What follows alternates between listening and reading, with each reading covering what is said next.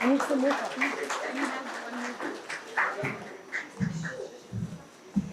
Congratulations again, Gauri. Hi. We have one.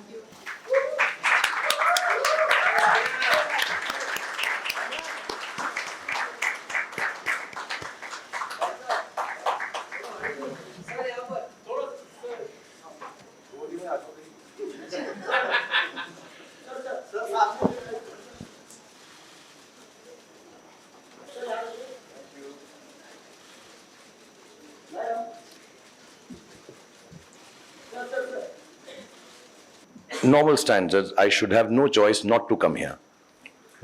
My wife is launching a book, I have to be here. But there are reasons which are a little more pertinent than just the book and just a launch of the fact that she's designing houses and restaurants and hotels, and except my rooms in my house, she's designing everything else around the world. But still, I'm a forgiving person, magnanimous by heart. So I will take that. But having said that, the book does contain a few things that I would like to mention, even though it may sound strange because she's my wife and we've been married to each other for over 30 years, and it becomes the duty of a husband to talk like this, but only as an individual, because me and Gauri have known each other. She was 14, I was 18, and we've known each other for years. And sometimes when you know each other for very many years, a sense of appreciation for each other's work starts diminishing because you take it for granted. I've been doing what I do for a long time, and Gauri has played her part in the best way possible. We've raised 3 beautiful children. She's been a wife of a movie star who became extremely popular because of the grace of God and people like Suhail. But there was a passion she always had. There was a sense of creativity. There's a little mediocre sense of creativity in our whole family, even the little 10-year-old. We do dabble with paints. We do think we can do a little bit of music, little, not outstanding. And Gauri was also part of that journey, that she's always been a little creative about things, how she would do up a space or do a little drawing or a painting. And I think for about 25 years of our married life, or at least 23, 24 years of our married life, we were just so busy settling down in Mumbai. And, this overwhelming response we got from the profession that I am in, just to deal with it and lead a normal life, bring up children, that she never realized that there was an aspect of hers which needed to have some kind of life or some kind of, give vent to it. This book, I think, stands for all that. It doesn't make a difference to all the youngsters, all the people who miss out on a dream of their life to be creative. You can start at any age. I think Gauri started mid-40s. 40, okay, only 40. She's 37 now. In our family, we age backwards. So yes, at 40 she started doing this at a time when I even told her that, listen, should I be helpful? I have some friends, we can talk to them. And she said no. She started a small 10 feet by 10, 20 feet shop somewhere down in Parel, Lower Parel. And she worked it all out on her own and continued doing what she does.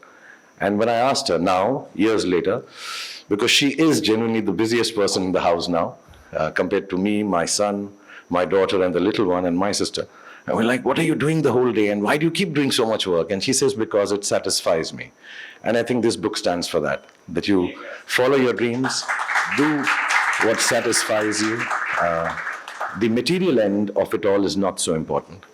We have dinners at home, which is, we don't have any choice in that. We all have to have dinner together. And on those dinners, we discuss how was your day at work. And at the end of the dinner, the discussion is, it was a satisfying day.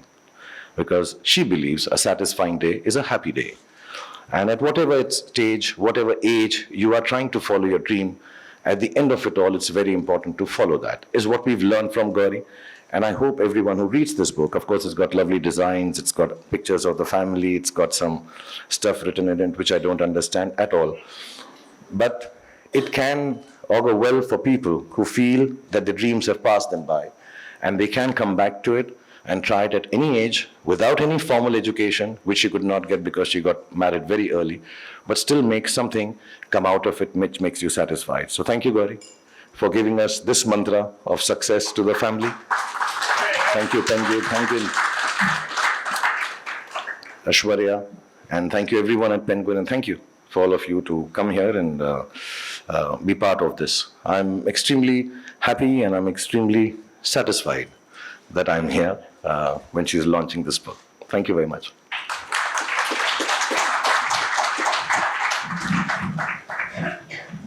Gauri, you've been designing, homes and spaces for some years now. What prompted you to write the book? The book is more about design, as you know. Shahrukh has already told you. Well, it charts out my journey as a designer.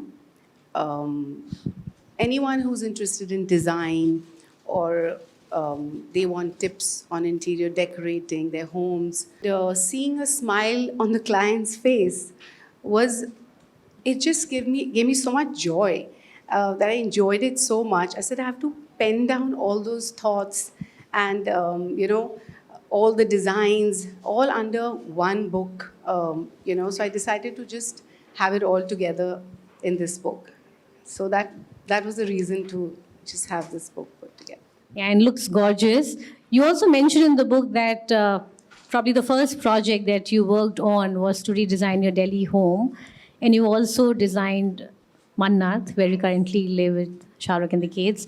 So what are your favorite spaces, Shahrukh? May I is it okay if I talk in between, or it's Yes, just between no, it's a conversation, so No, please butt in. if it's a show, I can just sit and look pretty. No, I was going to ask you, this question was for you and both of you can chime in. Okay, I just want to say that, when we bought the house we live in now, it was way beyond our means. And being from Delhi, one was used to living in bungalows. One did not realize that Mumbai has a whole system where apartments are even more expensive and bigger, but we are not used to it. Not because I was very well off, it's just that everybody in Delhi seemed to have a bungalow. And we'd come from there, and we used to live actually to the house next to Taj, right here, Millie, and which was my director's house. He had lent it to us and said, you stay here as long as you're making films. And we had not too much money. So as soon as we mustered up some money, we said, we'll go and buy this bungalow. And it was way beyond our means. But we managed to buy it, which was one thing. And then you had to rebuild it because it was quite dilapidated and kind of broken. And then we didn't have money to furnish it. And of course, we called one designer. The lunch that he served us, telling us how he'll design this house, was way more than the salary I used to earn in a month. And we're like, this guy's going to charge a lot. So how do we do this house now? We bought it. What do we do with this? And then the only person to turn was, I said, listen, Gauri, you have little artistic talent. Why don't you become the designer of the house? So actually, Mannat started like that. So whatever little monies we earned over years, we kept on buying small things. I remember we had gone down once even to South Africa, I think, and we had little money and we bought the leather for the sofa that we'll put on. And all those small things we used to buy with, at that time, when you traveled abroad, I think you got 100 pounds or some amount of money that you were allowed to carry from India. So it was taken only to buy a decoration piece. So it took us a while, and I think that training ground is what actually made her start designing. Because Mannat is, if I may say, a little big.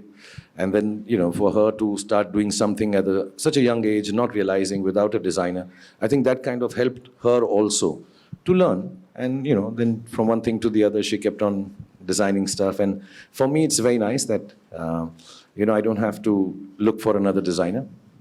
I can scream and shout at her, this is not nice, you change this and all, which I've never done. I'm just joking. I just wanted to say it here in public.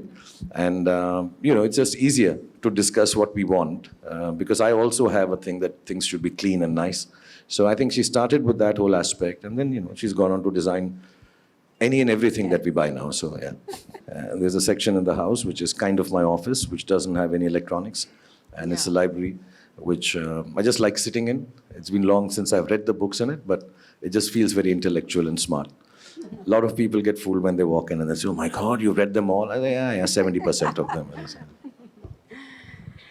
Well, the book has actually, a lot of different things, like I was mentioning in my introduction as well, from technical aspects, about textures, colors, lighting, to so many other things that you talk about in terms of your projects and people you worked with along the way. So tell us a little bit about, the contents of the book. The best part of the book, I would say, is the family pictures we've done together. To get all of them under one roof, the kids, and it was easier to get Aryan's Shah Rukh's date. We were just waiting for Aryan's date all the time. That when is he going to give me time, and when is Abram going to give me time to get this one picture together? So that's what I've really enjoyed, apart from design.